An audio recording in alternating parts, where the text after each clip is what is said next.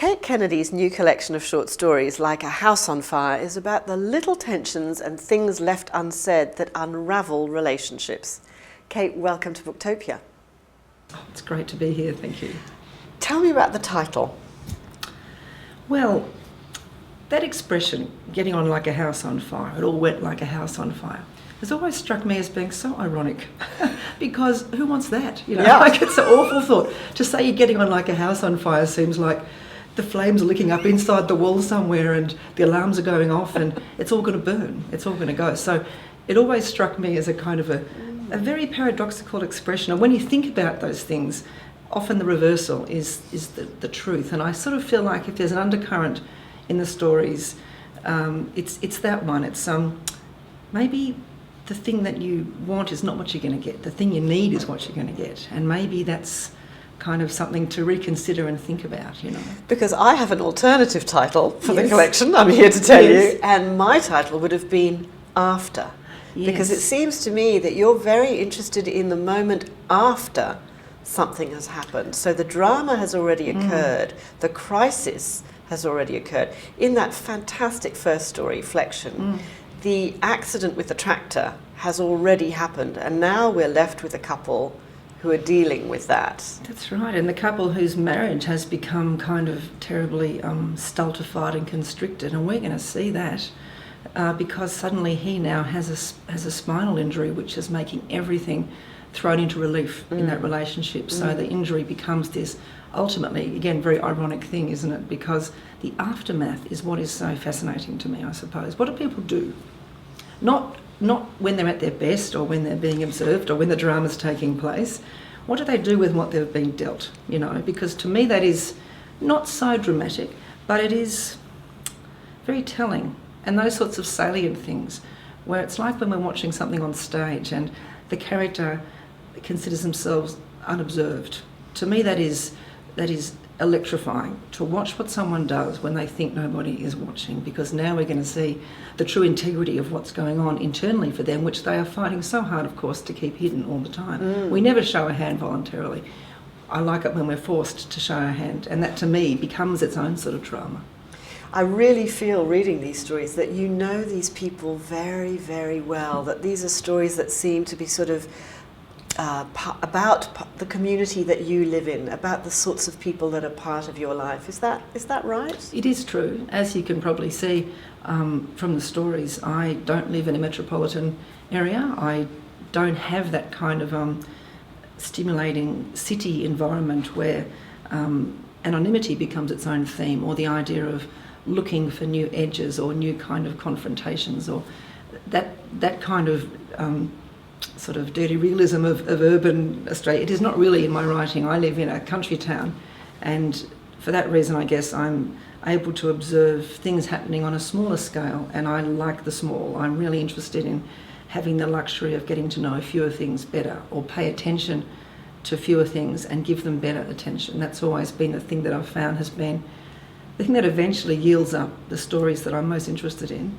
Are the unexpected things of, yes, you know, as you can see from the stories, people waiting in a queue, waiting to be pushed through a traffic jam because there's something new being made. There's a new railway. That's all those things which just seem kind of, I don't use the word mundane, but they're just ordinary details. They're the things that I guess in a rural town you begin to see character embodied in those things. You know, it can be the netball game, it can be the kind of the dead-end job, or it can be the accident or whatever. Those things become their own small. I don't think those dramas are any less interesting than those that befall people who are urban or more sophisticated, or whatever it is you want to say about those things. I just think people's lives are always complex and dense and interesting.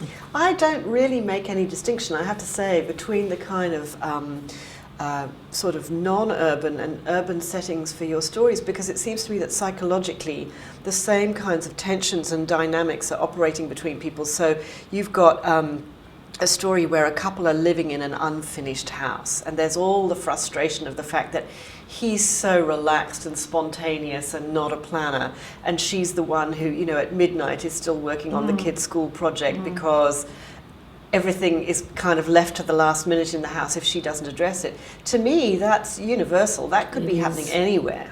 it's just domestic, isn't it? You know, someone's the parent, someone's the child, or there's these kind of tensions that arise because something changes. You know, you can go along in this kind of stasis or into the pattern you're not even aware that you're in. And then, to me, this is, I guess, what I feel about plot. People talk about character in collision with a kind of a destiny, or on a trajectory of meeting that collision.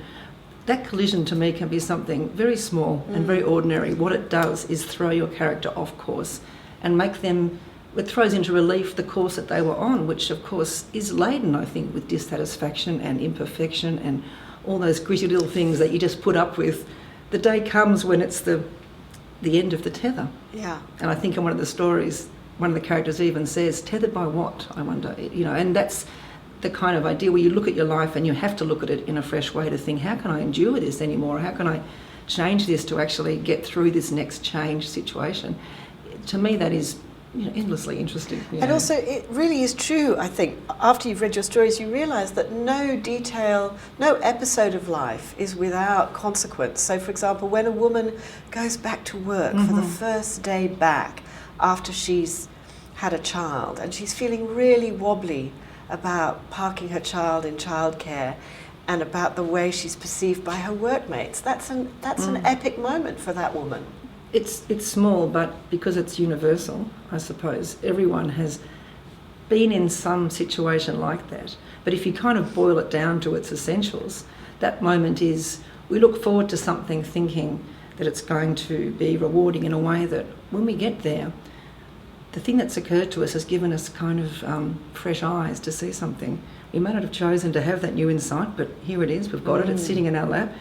It's actually, work is banal and boring and far more tedious than staying home with the baby has been, and she's seeing it now. All those kind of blind spots have been kind of worn away. And all the rituals, I love the fact that the focus of that story is the ritual of the cake, the office cake. And who pays for the office cake? It's all about cake, that's right. And I suppose if that was kind of an image that's underpinning the story, you know, in a way, if there is any commentary on that, it's this thing, we are shoveling this sweet thing all the time into our mouths to shut ourselves up. You know, we're kind of, there are things happening in there on a level which I hope are, for the reader as well as for myself and the character, emotional but sort of inchoate, you know, they're sort of unsayable or unarticulated. But and the moment you articulate them, I recognise them as a reader, and I think, of course, absolutely, yes. I was telling someone who knows you that I was talking to you today, and I was asking them, you know, what should I ask her? And they said, ask her about writing from the bruise. Oh, that's very interesting. A few years ago, I was listening, Robert Drew and I were talking, and talking about stories, what we look for in a story. And he said his rule of thumb is he always looks for the wow moment or the wow factor in a story. And which is like, oh, you're sort of knocked, your socks are knocked off by something. It's just an arresting thing. And I was saying, oh, to me it's more like the ow factor. I feel like in a way I'm looking for this kind of, yeah, it is like a bruise. Where's this little ache? Where's this little gilding place that, you know, you're holding something in your hands and you're thinking about, why is this thing riveted you as a writer? Why is this thing something you can't forget about? And you're looking at it and you're kind of trying to find a way in to work out why it's tugging away at your own unconscious. And it does seem to me, or I'm more and more persuaded to think that it's to do with a little universal sort of ouch. It's like a little ache that cracks that thing open, because what is our shared experience except, you know, loss and mortality and compromise and giving away what you want. Pain, regret, yes, sorrow. There's a lot of that in this collection. There's frustration, there's resentment, there's regret. Seethingness, for example, that has to be put aside to get on and get up the next day. Those things that we all live with and we all carry, which are invisible. You know, the invisible work of kind of just getting on. Coping is, that is interesting material to me, you know. And I think people are heroic when they just cope, you know. I find those people worthy to kind of make into characters and think about how complex that character has to be in order just to kind of not collapse in self-pity, not to kind of give up, but just to just to shelve that and get on. And reclaim some dignity, if Yes. possible, Yes. from disappointment. And so now there's a we're lot gonna of that. Yes. Now we're going to find out who's got something, Yeah. you know, what someone's made of, in loss and in kind of In moments of betrayal. the way that you can't be enraged, the way you have to just keep on going. I just think that that stuff is, to me, going to be material for the rest of my life that I just find really admirable and, yeah, heroic. I don't think heroes are people who have superheroic powers. I think heroes are people who cope somehow behind the 8 ball. And you're particularly compassionate and observant of men who can't express themselves, perhaps, who are dealing with hurt pride or with grief, or who've been diminished by something like an injury, for example, in the workplace. Can you just talk a little bit about that particular understanding and compassion that you seem to have for men? That's an interesting observation. I suppose they're interesting as characters.